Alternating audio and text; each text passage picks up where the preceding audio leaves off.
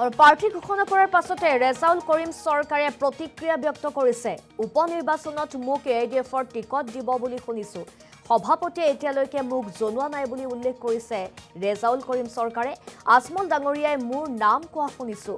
কংগ্ৰেছে যোৱাবাৰ আমাক সহায় নকৰিলে, আমি সেইটো দলক কেনেকৈ বিশ্বাস কৰিম বুলি উল্লেখ কৰিছে ৰেজাউল কৰিম চৰকাৰে।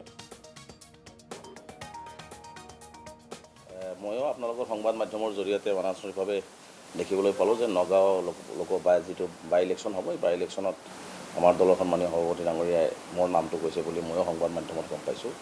ইয়াতকৈ বেছি গম পোৱা নাই। মই সভাপতি ডাঙৰীয়াৰ লগত যোগাযোগ কৰাৰ চেষ্টা কৰিছোঁ। তেওঁ যিহেতু ইতিমধ্যে শিৱসাগৰ বানপীড়িত ৰাইজক সহায় সহযোগ কৰাৰ কাৰণে তাতেই লাগি আছে, গতিকে মই এতিয়া আপোনালোকক একো ক'ব নোৱাৰিম। গতিকে যিহেতু সভাপতি ডাঙৰীয়াই এতিয়ালৈকে মোক একো জনোৱা নাই বা ময়ো খবৰ ল'ব পৰা নাই বা অফিচিয়েলিও আমি কোনো খবৰ ল'ব পৰা নাই, গতিকে নিশ্চিতভাৱে সভাপতি ডাঙৰীয়াই যি সিদ্ধান্ত ল'ব আমি দলে সকলোৱে মানি লৈ একেলগে নগাঁও বাই ইলেকশ্যন আমি শক্তিশালী খেলিম বুলি ইতিমধ্যে আগতেই ঘোষণা কৰিছোঁ। গতিকে নিশ্চিতভাৱে অফিচিয়েলি সভাপতি ডাঙৰীয়াৰ লগত আমি কথা পাতোঁ। সভাপতি ডাঙৰীয়াই অফিচিয়েলি কথাখিনি নিশ্চিতভাৱে আপোনালোকক ক'ব আৰু তাৰপিছত বাকীখিনি কথা আমি ক'ব পাৰিম আপোনালোকক। ময়ো যিখিনি কথা ময়ো দেখিলোঁ, বাত্যও দেখিলোঁ বা সংবাদ মাধ্যমত আহি আছে, ময়ো দেখিলোঁ যে আনঅফিচিয়েলি তেওঁ কথাখিনি কৈছে। গতিকে দলৰ সন্মানীয় সভাপতি যি নিৰ্দেশেই দিব, আমাৰ প্ৰতিজন নিষ্ঠাৱান কৰ্মকৰ্তা যিসকলে আমি লাগি আছোঁ দলত আছে, যাকেই প্ৰাৰ্থিত্ব নিদিয়ে, আজি মোক দিয়ে বা আজি আমিনুল ইছলাম চাবক দিয়ে, আব্দুল ৰহমান আজমল চাবক দিয়ে, যাকেই দিয়ে দলৰ সভাপতি ডাঙৰীয়াই যাকে দিব, আমি এইবাৰ খুব শক্তিশালীভাৱে নগাঁও বাই ইলেকশ্যনত এজন উপযুক্ত আৰু শক্তিশালী প্ৰাৰ্থী পাৰ্লিয়ামেণ্টত পঠাবৰ কাৰণে আমি নিশ্চিতভাৱে চেষ্টা কৰিম। তেওঁলোকে প্ৰতি বছৰেই তেনেকুৱা ধৰণৰ সহায় সহযোগ বিচাৰে, আমি তেওঁলোকক কিন্তু সহযোগ কৰি আছিলোঁ। এবাৰ মহাজোঁট কৰি আমি সহযোগ কৰিছোঁ, ৰাজ্যসভাতো আমি তেওঁলোকক ভোট দিলোঁ।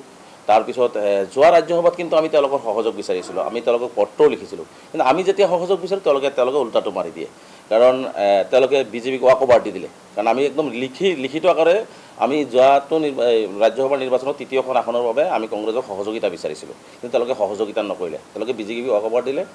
গতিকে আমি এইবাৰ কংগ্ৰেছ দলক আহ্বান জনাম যে যিহেতু আপোনালোকৰ প্ৰতি ৰাইজৰ বিশ্বাস আৰু আস্থা কমি গৈছে, কাৰণ ভোট দিয়াৰ লগে লগে বিজেপিত যাব, আপোনালোকৰ প্ৰাৰ্থীৰ কোনো গেৰাণ্টি নাই। ভোট দিব, পিছদিনাখন বিজেপিত যাব, আকৌ ৰাইজে ভোটাৰ লাইনত থিয় হ'ব লাগিব। গতিকে এই প্ৰতাৰণাৰ পৰা মুক্তি পাবৰ কাৰণে আৰু কংগ্ৰেছেও মোটামুটি মই ভাবোঁ যে যিটো বিজেপিৰ গোন্ধ তেওঁলোকৰ গাত লাগি আছে, আজি মুখ্যমন্ত্ৰী অপেন 5জনকৈ বিধায়ক তেওঁলোকৰ লগত সংগতি আছে বুলি কোৱাৰ পিছতো কোনো ধৰণৰ প্ৰতিক্ৰিয়া তেওঁলোকৰ পাৰ্টীৰ সভাপতিৰ নাই। তাৰপিছত বিভিন্ন ক্ষেত্ৰত তেওঁলোকে বিজেপিক সহযোগিতা কৰিছে। প্ৰদ্যুৎ বৰদলৈ গুচি গ'ল, ভূপেন বৰা গুচি গ'ল। গতিকে মই ভাবোঁ যে তেওঁলোকৰ এটা সুবৰ্ণ সুযোগ পাইছে অসমৰ ৰাইজক বুজাই দিবৰ কাৰণে যে তেওঁলোকে বিজেপি বিৰোধী স্থিতিত আছে। তেনেহ'লে তেওঁলোকে UDF দলে যাকে